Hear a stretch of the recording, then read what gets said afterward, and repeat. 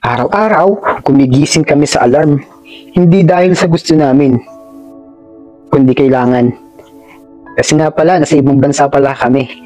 Malayo kami sa pamilya, sa sarili naming kultura, sa tahanan namin. Kaya kailangan mas maagap kami sa oras. Dito, trabaho namin ang swentro ng buhay.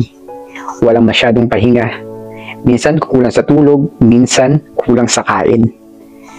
Wala ring makausap kung minsan. Mas nakakabaliw yun. Mas nakakabaliw ay ang homesick.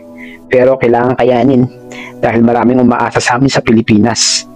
May mga gabi pa nga na hindi namin alam kung bakit kami umiiyak. Hindi namin alam kung bakit kami malungkot. At sa mga mahalagang okasyon, tulad ng birthdays, Pasko, bagong taon, laging video call na lang. O minsan pa nga, nakakalimutang may pamilya pala sila sa ibang bansa. Pero okay lang. Ganun talaga ang buhay. Ganun talaga ang OFW. Pero kailangan kayanin. Kailangan tiisin na lungkot. Kasi mas mahal mo ang pamilya mo kaysa sa ano pa man. Akala ng iba dyan sa Pilipinas na kaming mga OFW ay mayayaman na kami. Sabi nila. Kasi nga, nasa abroad daw kami. Malaki daw sahod namin. Marami na daw kaming pera. Pero hindi nila alam. Halos kalahati ng kita namin dito, pinapadala namin. May utang din kami. May kailangan rin kaming bayaran. At kailangan tugunan ang sarili namin pangangailangan. Pero tahimik lang kami. Kasi yung saya ng pamilya namin, yung nagmamatter, yun ang tunay naming kayamanan dito.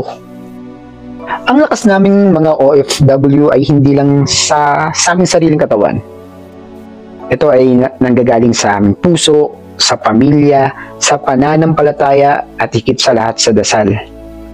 Ang lahat ng mga OFW ay nagtitiwala at umaasa na balang araw makakauwi rin kami.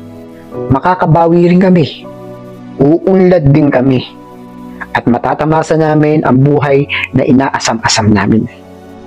Makakasama uli namin ang pamilya namin na hindi na kailangan lumayo pang muli.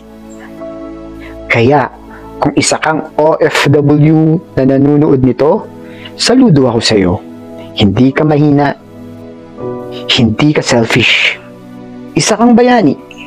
At kahit hindi mo laging naririnig, mahalaga ka hindi lang sa pamilya mo, kundi sa lipunan. Ito ang buhay nating OFW. Masakit. Pero may dahilan. At habang may dahilan tayo, tuloy lang ang laban.